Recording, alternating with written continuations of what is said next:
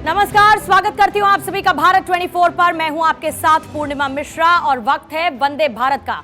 वंदे भारत में आज सबसे पहले बात होगी संसद की सुरक्षा में सेंध मामले की, जिसमें आरोपियों ने क्या साइकोलॉजिकल गेम खेला था। हमले के आरोपियों की सोच आखिर थी क्या और इस सोच का खुलासा करने के लिए तैयारी क्या है, इसकी डिटेल्स आपके सामने होंगी। और इसके साथ ही बीजेपी की 2 दिन की बैठक की बात होगी, जिसके बाद कैसे 2024 के चुनाव का एजेंडा सेट किया जा रहा है, इस बैठक की पूरी इनसाइड स्टोरी और 2024 के लिए बीजेपी की तैयारी की एक जानकारी आपके सामने होगी। और साथ ही बात करेंगे आम आदमी पार्टी के सांसद संजय सिंह की, जिनकी मुश्किलों में कमी होती नजर नहीं आ रही है। संजय सिंह जमानत पर कोर्ट ने फैसला आखिर क्या सुनाया है और इसके साथ साथ कोर्ट की तरफ से इस दौरान टिप्पणी क्या की गई है जो संजय सिंह के लिए मुश्किलें बढ़ाती है, इसका भी जिक्र करेंगे। लेकिन आइए शुरुआत करेंगे उस तारीख के साथ, तारीख 13 दिसंबर और संसद की सुरक्षा में सेंध का मामला। और इसके बाद से आरोपियों की सच्चाई तलाशी जा रही है। इसी बीच संसद में सेंधमारी के पीछे क्या कोई साइकोलॉजिकल गेम था? संसद में जो स्मोक अटैक हुआ, उसकी साजिश को अंजाम देने वालों के आखिर असल इरादे थे क्या? ऐसे तमाम सवाल हैं जिनके जवाबों की तलाश अभी तक जारी है। इसी बीच सुरक्षा में सेंधमारी करने वालों के इरादे आखिर थे क्या, उनके दिमाग में चल क्या रहा था, इन तमाम सवालों के जवाब तलाशे जाएंगे। और अब आरोपियों का साइकोलॉजिकल टेस्ट भी होने वाला है। सबसे पहले उसकी डिटेल्स आखिर आपको दे देते हैं कि ये किस तरीके का टेस्ट है। देखिए, साइकोलॉजिकल टेस्ट का मतलब यह है कि मनोवैज्ञानिक मूल्यांकन करना। इस टेस्ट की मदद से विचाराधीन कैदियों की आदतों, उनकी दिनचर्या, उनका व्यवहार, इसको समझने की कोशिश की जाती है। यानी कि कोई कैदी सोचता क्या है, किसी चीज को लेकर उसका नजरिया क्या है और क्यों उसने कोई कदम उठाया है, ये हर एक सवाल जानने के लिए साइकोलॉजिकल टेस्ट का सहारा लिया जाता है। ये टेस्ट सवाल और जवाब के जरिए लिया जाता है, जिससे जो साइकियाट्रिस्ट की टीम होती है वो सामने वाले कैदी के सामने कुछ सवाल रखती है और उसके जो जवाब वो देता है उस आधार पर इस टेस्ट को कंडक्ट किया जाता है। उसी से ये अंदाजा लगाया जाता है कि आखिर उसकी सोच क्या है। इससे पहले आपको हाल ही में श्रद्धा वाकर हत्याकांड होगा, इसके साथ शाबाद डेयरी हत्याकांड, ये तमाम वो केसेस उदाहरण के तौर पर हैं जब इस टेस्ट की, मनोवैज्ञानिक मूल्यांकन वाले टेस्ट की मदद से आरोपी की साइकोलॉजी को समझने की कोशिश की जा चुकी है। और अब संसद पर हमले के आरोपी भी इसी जांच के दायरे में आते हैं।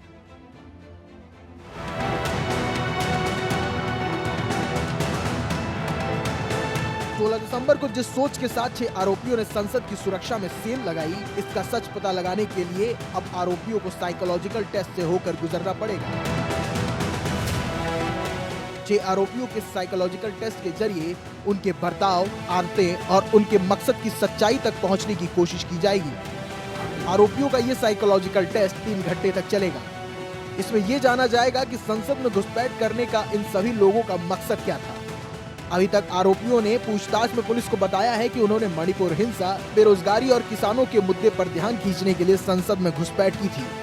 हालांकि पुलिस का कहना है कि वो हर एंगल से जांच कर रही है। इसी बीच सुरक्षा में सेंध के इस मामले के मास्टरमाइंड ललित की मां ने अपने बेटे का प्रदर्शन का समर्थन करते हुए सही जाँच की मांग उठाई है। क्यों पता नहीं है, भगत सिंह के फोटो है, उसको पूजा करते हैं, मधु चढ़ाते हैं, माला चढ़ाते हैं, तय हम जानते हैं और हमारा किसी को पता नहीं है। हम गुरु मानता था और कोई बात नहीं है। ये शरीफ लड़का है। आप जो किस्मत हमारा खराब हो गया भैया, तो हम क्या करेंगे। पटियाला हाउस कोर्ट ने फिलहाल ललित झा की रिमांड 5 जनवरी तक बढ़ा दी है। इससे पहले कोर्ट ने 21 दिसंबर को सागर शर्मा, नीलम, मनोरंजन डी और अमोल शिंदे की पुलिस हिरासत 15 दिन के लिए बढ़ा दी थी। अब बारी सभी 6 आरोपियों के साइकोलॉजिकल टेस्ट की है, जिसमें उनके इरादों के पीछे की सच्चाई सामने आएगी। Bureau report, Bharat 24। 2024 की सियासी बिसात पर बीजेपी ने अपने मोहरे उतारने शुरू कर दिए। चुनाव में भले ही अभी एक वक्त बचा हो, लेकिन बीजेपी ने 2024 के लिहाज से अपनी तैयारियों को धार देने की कोशिश शुरू कर दी है, या फिर ये कहें कि चुनावों में कमल को खिलाने के लिए रणनीति बनानी तैयार कर दी है। दरअसल दिल्ली में बीजेपी की मैराथन बैठक के पीछे भी मकसद यही है, मोटिव यही है कि 2024 का मोर्चा तैयार किया जा सके। लोकसभा चुनाव की रणनीति को लेकर आज दिल्ली में बीजेपी हेडक्वार्टर पर जेपी नड्डा की अध्यक्षता में बैठक हो रही है और पूरे देश के प्रदेश अध्यक्ष, संगठन मंत्रियों के साथ इस बैठक का मकसद 2024 के लोकसभा चुनाव के लिए पार्टी को जमीनी स्तर से लेकर स्ट्रैटेजी वाइज तैयार करना है। सबसे पहले आपको यह बता देते हैं कि आखिर इस बैठक के पीछे की रणनीति क्या है। और दिल्ली में क्योंकि बीजेपी की 2 दिन की मैराथन बैठक है, आज से ये जो बैठक शुरू हुई ये 23 दिसंबर शाम 4 बजे तक चलने वाली है।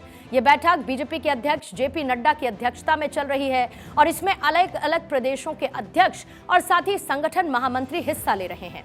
इस बैठक का मकसद है 2024 के लोकसभा चुनाव की तैयारियों को लेकर फीडबैक लेना, यानी जमीनी स्तर पर असल हालात क्या हैं, फीडबैक के जरिए इसको जानना इस बैठक का मकसद है। इसके साथ ही बीजेपी की विकसित भारत संकल्प अभियान और चुनाव की तैयारियों को लेकर एक एनालिसिस भी किया जाना है, जो इस बैठक का एक बड़ा एजेंडा है। साल 2023 5 राज्यों के विधानसभा चुनाव और उसके जो नतीजे आए उसको लेकर चर्चा भी इस बैठक का हिस्सा है। प्रधानमंत्री मोदी और अमित शाह समेत बीजेपी के कई दिग्गज इस बैठक में शामिल हैं। 2024 के चुनाव को देखते हुए बीजेपी रणनीति कर रही है, या ये कह लीजिए कि बीजेपी ने अपना होमवर्क शुरू कर दिया है। देश के तमाम राज्यों में बीजेपी की पहुंच को कैसे बढ़ाया जाए, वहां की लोकसभा सीटों को कैसे केटर किया जाए और उसके लिए स्ट्रैटेजी क्या होनी चाहिए, इसके लिए अमित शाह ने पूरा प्लान तैयार कर लिया है, जो कुछ इस तरीके का है। उसका एक ग्लिम्स हम आपको दे देते हैं कि आखिर बीजेपी तैयारी कैसी कर रही है। लोकसभा चुनाव को लेकर अमित शाह कई राज्यों का दौरा करेंगे, यानी कि माइक्रो लेवल पर अमित शाह की यह तैयारी है और अमित शाह 2024 चुनाव के लिए कार्यकर्ताओं को जीत का मंत्र देंगे। 24 दिसंबर को गृह मंत्री अमित शाह सबसे पहले कोलकाता जाएंगे, यानी कि वो कोलकाता को साधेंगे, पश्चिम बंगाल को साधेंगे, क्योंकि वहां की लोकसभा सीटें बीजेपी के लिए बहुत महत्वपूर्ण हैं और खास तौर से वहां के विधानसभा चुनाव के पिछले नतीजे आने के बाद।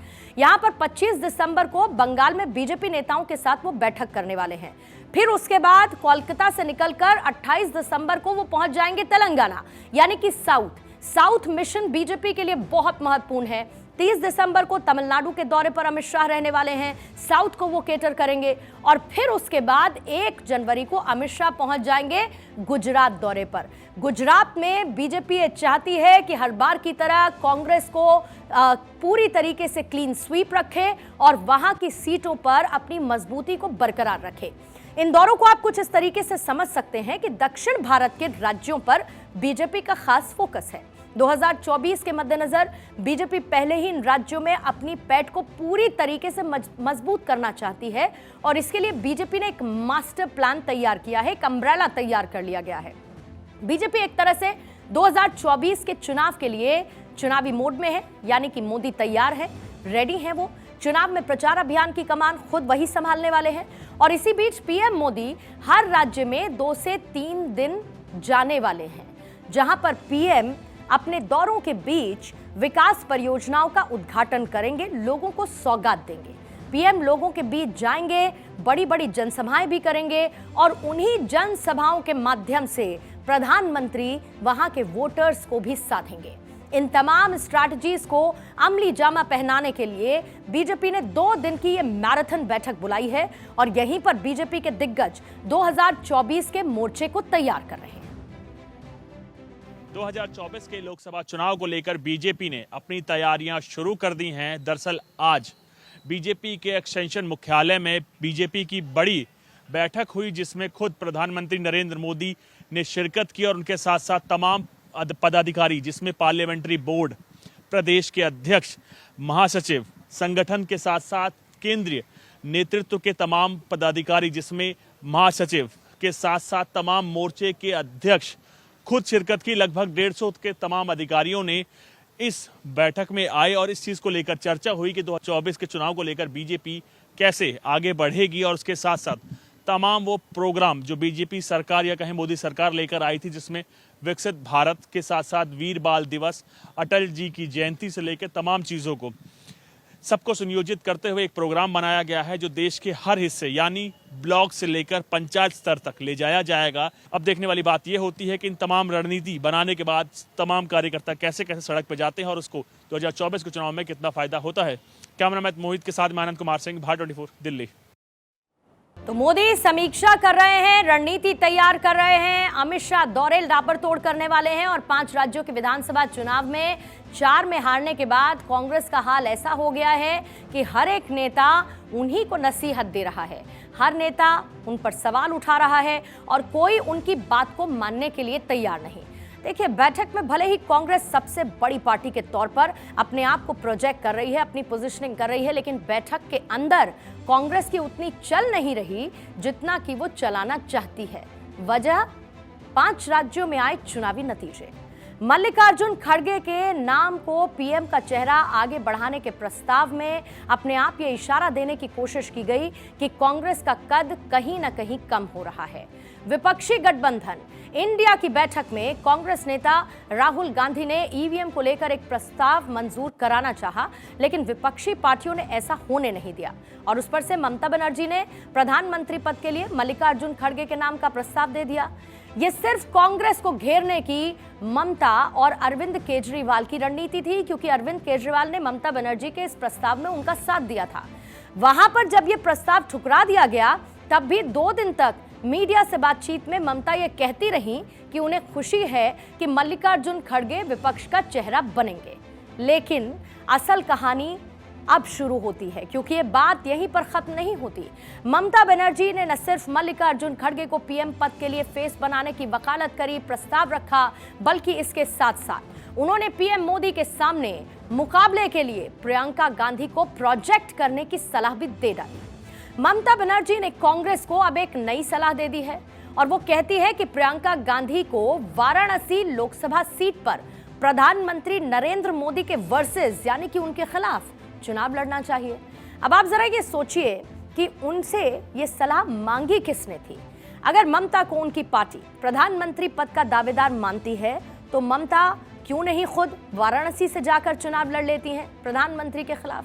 बहरहाल समाजवादी पार्टी के नेता राम गोपाल यादव ने भी कांग्रेस को सलाह दे डाली कि वो पहले तय करें कि उत्तर प्रदेश में किसके साथ लड़ेगी, बीएसपी के साथ या फिर कांग्रेस के साथ। और इस पूरी कहानी के पीछे अगर ये समझा जाए कि विधानसभा चुनाव में कांग्रेस की करारी हार का साइड इफेक्ट है, तो ये कहना शायद गलत नहीं होगा, क्योंकि कांग्रेस अगर खुद को सबसे बड़ा फैक्टर मानती है तो 3 राज्यों में हार के बाद उसका कैडर कहीं ना कहीं कम जरूर हुआ है। विपक्षी गठबंधन इंडिया की बैठक में बिहार के मुख्यमंत्री नीतीश कुमार जिस तरह से अलग थलग हुए और अपनी खींच निकाली, उससे विपक्ष के कई नेता चिंतित हैं। और इसी बीच बैठक के तुरंत बाद जेडीयू ने दिल्ली में राष्ट्रीय कार्यकारिणी की बैठक बुलाने का ऐलान कर दिया। ये राष्ट्रीय कार्यकारिणी की बैठक 29 दिसंबर को होने वाली है और इस बैठक को लेकर कई तरह की अटकलें भी लगाई जा रही हैं।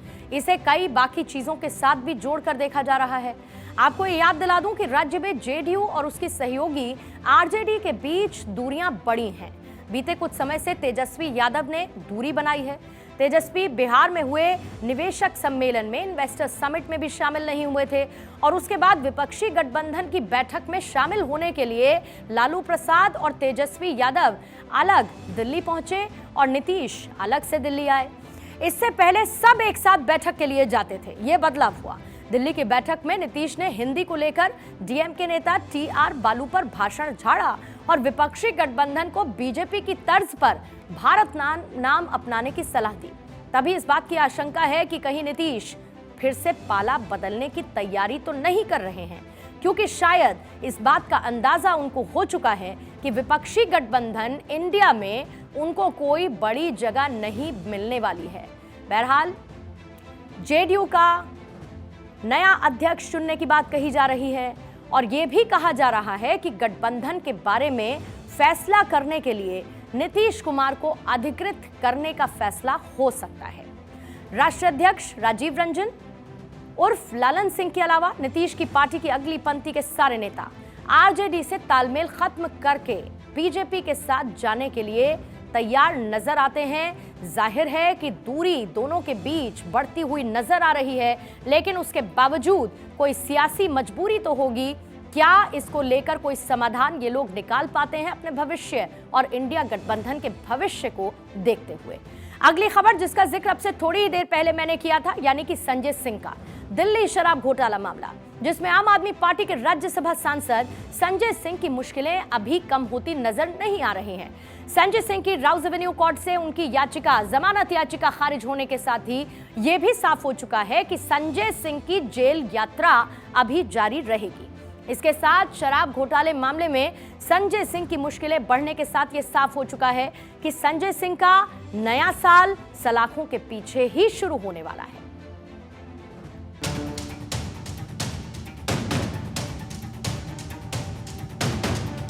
शराब घोटाला के संजय सिंह के पीछे कुछ इस तरह पड़ा कि उनकी मुश्किलों में कहीं और कमी नहीं होने वाली।